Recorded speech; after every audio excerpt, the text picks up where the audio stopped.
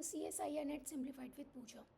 तो आज हम बात करने वाले हैं इराइथ्रोसाइट्स के बारे में, जिन्हें कि हम रेड ब्लड सेल्स भी बोलते हैं। आपको ये डायग्राम नज़र आ रहा होगा, ये है हमारे रेड ब्लड सेल्स।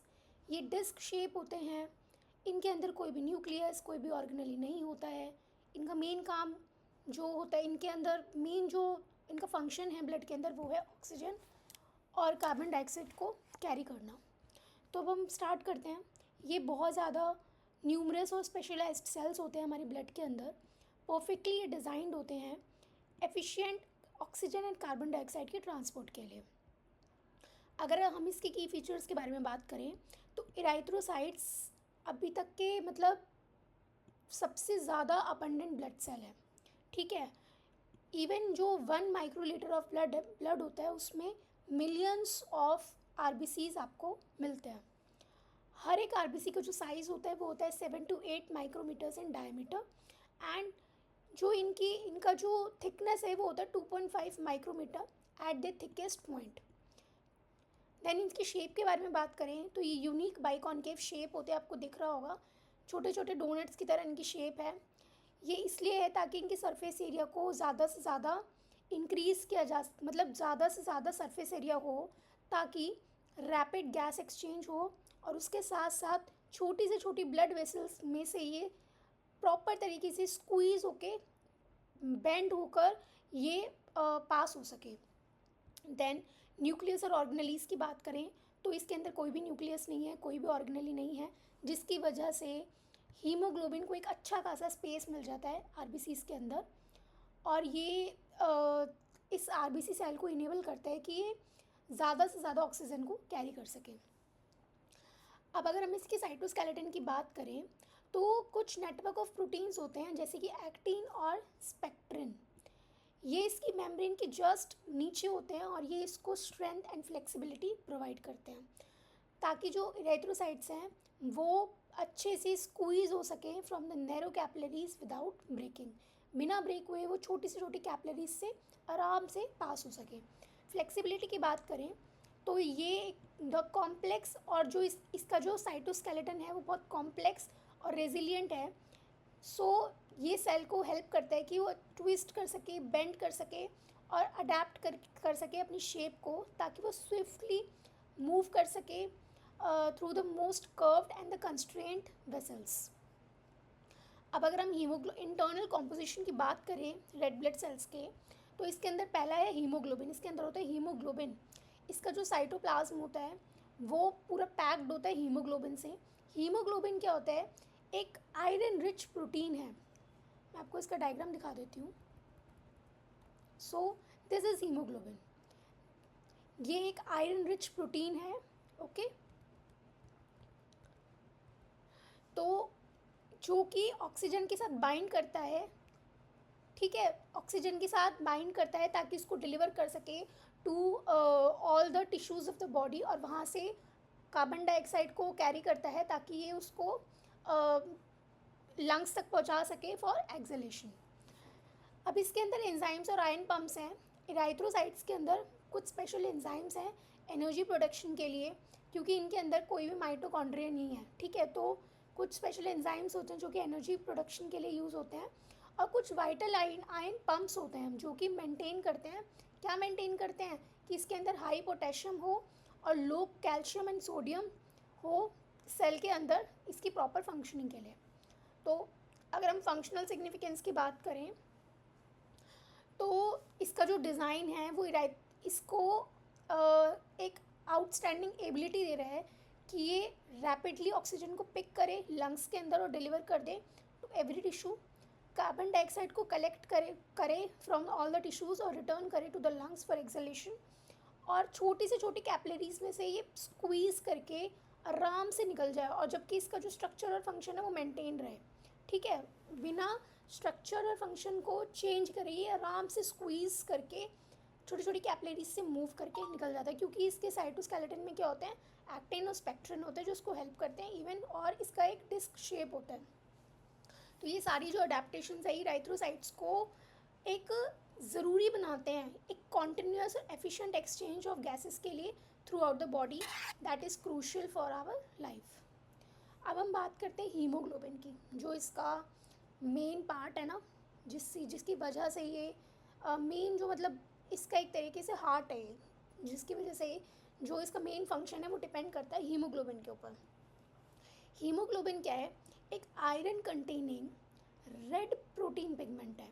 अब आप ना एक चीज़ समझ लीजिए, जो ब्लड होता है उसका रेड कलर इस हीमोग्लोबिन की वजह से ही होता है। जब ये हीमोग्लोबिन ऑक्सीजन को कैरी करता है ना, उसकी वजह से आपको ब्लड का कलर रेड नज़र आता है। और जब ये ऑक्सीजन को कैरी नहीं करता, जैसे कि वेन्स में, तो उस दौरान इसका जो कलर होता है वो रेड नहीं नज़र आता है। ठीक है, तो आर्टरीज़ में रेड इसीलिए नज़र आता है क्योंकि ये हीमोग्लोबिन को ऑक्सीजन के साथ कैरी करता है। ये एक रेड प्रोटीन पिगमेंट है जो कि हर इराइथ्रोसाइट्स में आपको पाए जाएंगे, और इनका मेन काम क्या है? ऑक्सीजन को कैरी करना थ्रू आउट द बॉडी।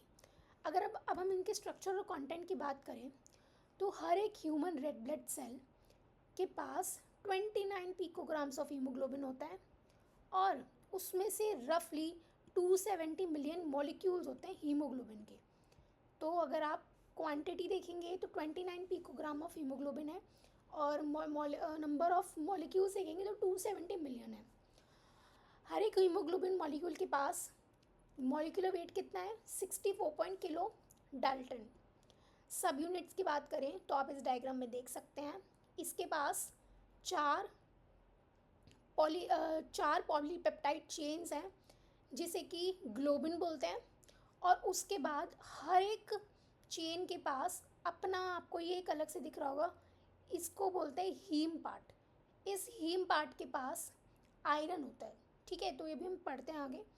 तो हम देखते हैं जो हमारा अडल्ट हीमोग्लोबिन होता है उसके पास 2 अल्फा चेन होती हैं और 2 बीटा चेन होती हैं। हीमोग्लोबिन होता है उसके अंदर 4 पॉलीपेप्टाइड चेन्स हैं जो कि टेट्राहेड्रल फॉर्मेशन में, मतलब आपको ये नज़र आ रहे होंगे, टेट्राहेड्रल फॉर्म में है ये।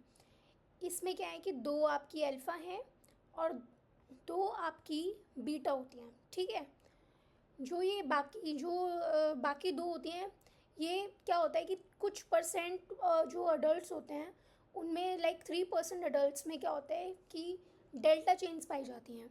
और इसके साथ साथ एम्ब्रियो डेवलपमेंट से लेकर जब तक बर्थ नहीं हो जाता, जब तक मतलब आफ्टर बर्थ तक जो ये चेन्स होते हैं ये चेंज होती रहती हैं ड्यूरिंग डेवलपमेंट। तो ये मैं आपको आगे अभी बताने वाली हूँ। तो जो ये दूसरी वाली 2 होती हैं, इनमें कितने होते हैं? 146 अमाइनो एसिड्स होते हैं जो कि डिपेंड करते हैं उसके डेवलपमेंटल स्टेज पे। अब हर एक यूनिट जो होती है, सब यूनिट, उसके अंदर उसके पास क्या है? एक आयरन बियरिंग हीम ग्रुप है। आपको ये येलो कलर का इस डायग्राम में नज़र आ रहा होगा, ये येलो प्लेट टाइप जो बना हुआ है ये हीम ग्रुप है, और उसके ऊपर जो छोटा सा डॉट है ये आपका क्या है? आयरन कंटेनिंग, मतलब आयरन है, ये आपका आयरन पार्ट है। ठीक है, तो जो आयरन है हर एक हीम में वही है जो ऑक्सीजन के साथ क्या करता है? बाइंड करता है और अलाउ करता है एक हीमोग्लोबिन मॉलिक्यूल को कि वो 4 ऑक्सीजन मॉलिक्यूल्स को एक साथ कैरी कर सके। अब जो ये ग्लोबिन पार्ट है हमारा, जो हम ये देख रहे हैं, ये राइबोसोम्स बनाते हैं इनको, और ये डिटरमाइन करता है हीमोग्लोबिन की प्रॉपर्टीज़ को और उसकी एबिलिटी को कि वो गैसेस से कैसे बाइंड करेंगी। ठीक है, अब हम बात करते हैं हीम सिंथेसिस की। हीम सिंथेसिस, जो आपका ये हीम पार्ट है, ये आपका कहाँ पे बनता है? ये आपका बनता है बोन मैरो के अंदर। इमेच्योर आरबीसीज होते हैं, यानी कि आरबीसी प्रीकर्सर्स होते हैं, वहाँ पे आपका ये हीम पार्ट बनता है।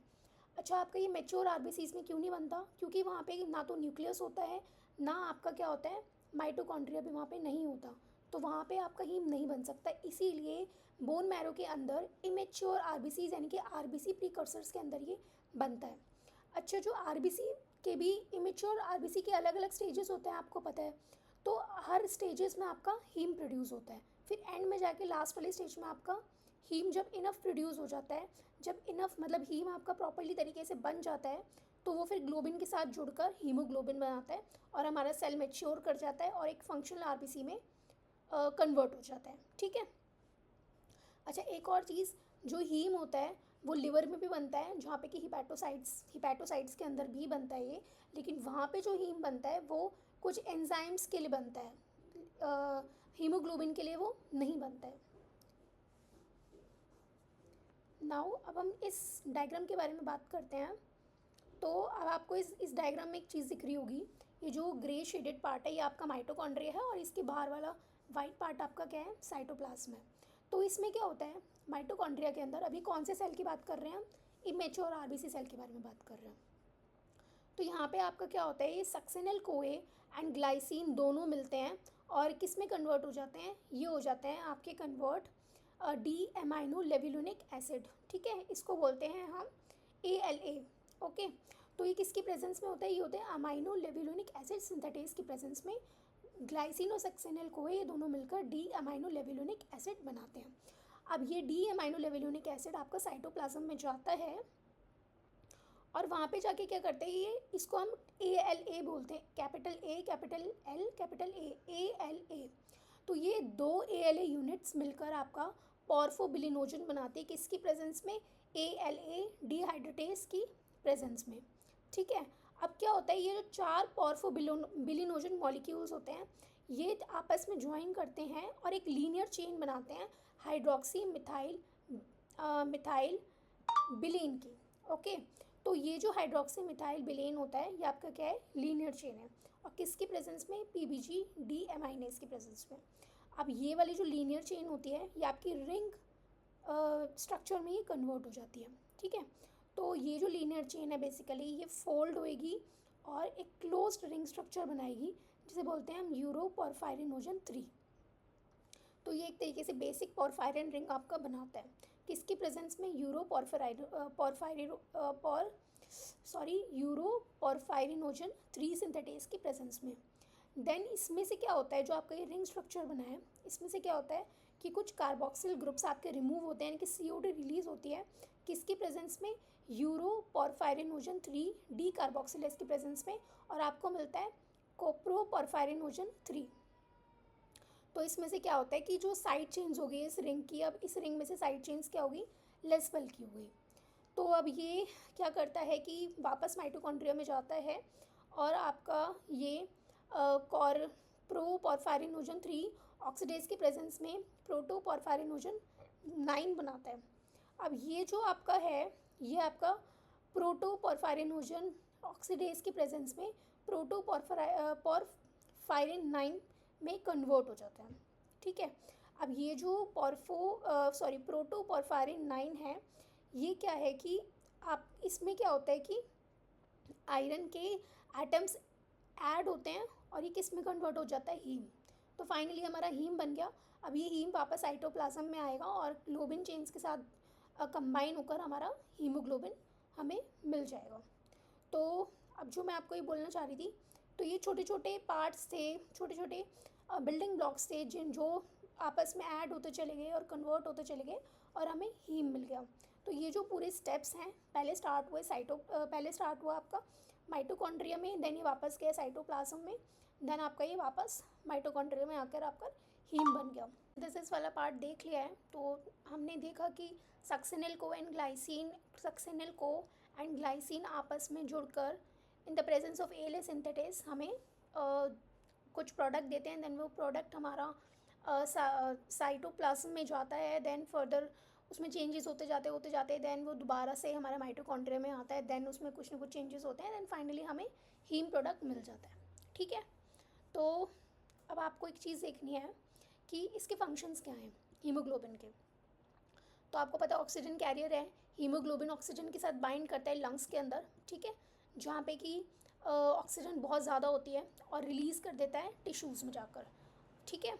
कार्बन डाइऑक्साइड ट्रांसपोर्ट, ये कार्बन डाइऑक्साइड के ट्रांसपोर्ट में भी हेल्प करता है from tissues to lungs for exhalation, और एक बहुत अच्छा रोल प्ले करता है इन ब्लड pH को मेंटेन करने में, ठीक है। हीमोग्लोबिन रेड ब्लड सेल्स को क्या बोलते हैं, रेड कलर देता है, ठीक है।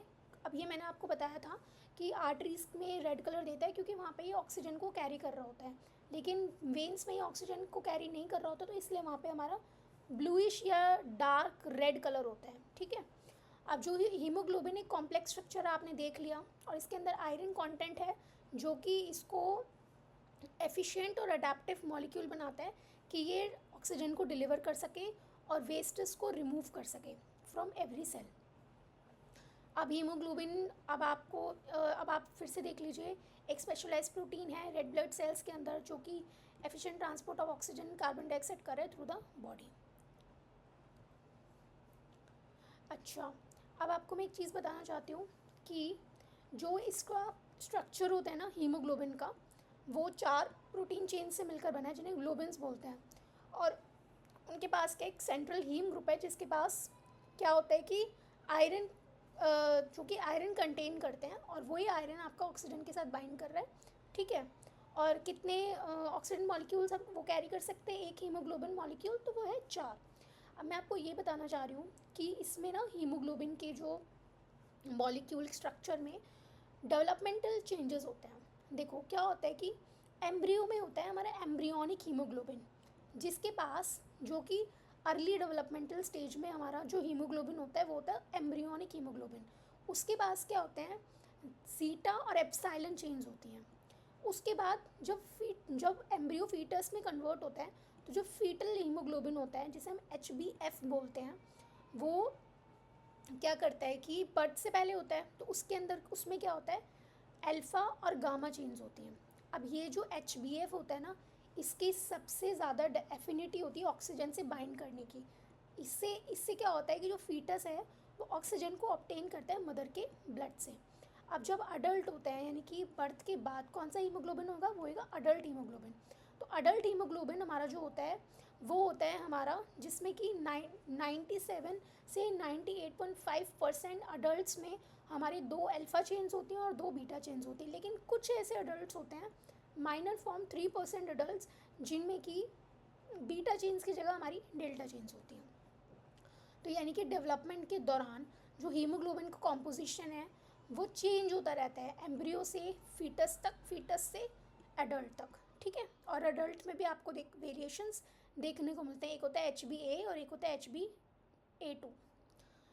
तो हमने ये देखा इसमें कि कोऑपरेटिव बाइंडिंग कर रहा है, यानी कि 4 हीम ग्रुप्स हैं, तो अच्छा खासा ऑक्सीजन कैरी कर रहा है ये, ठीक है। और 20 से 25% ऑफ कार्बन डाइऑक्साइड। अच्छा, एक चीज़ और देखिए, 20 to 25% कार्बन डाइऑक्साइड ये कैरी करता है एज कार्ब एमिनो हीमोग्लोबिन, और एक बफर की तरह एक्ट करता है ताकि ब्लड की पीएच को मेंटेन करे ये, ठीक है।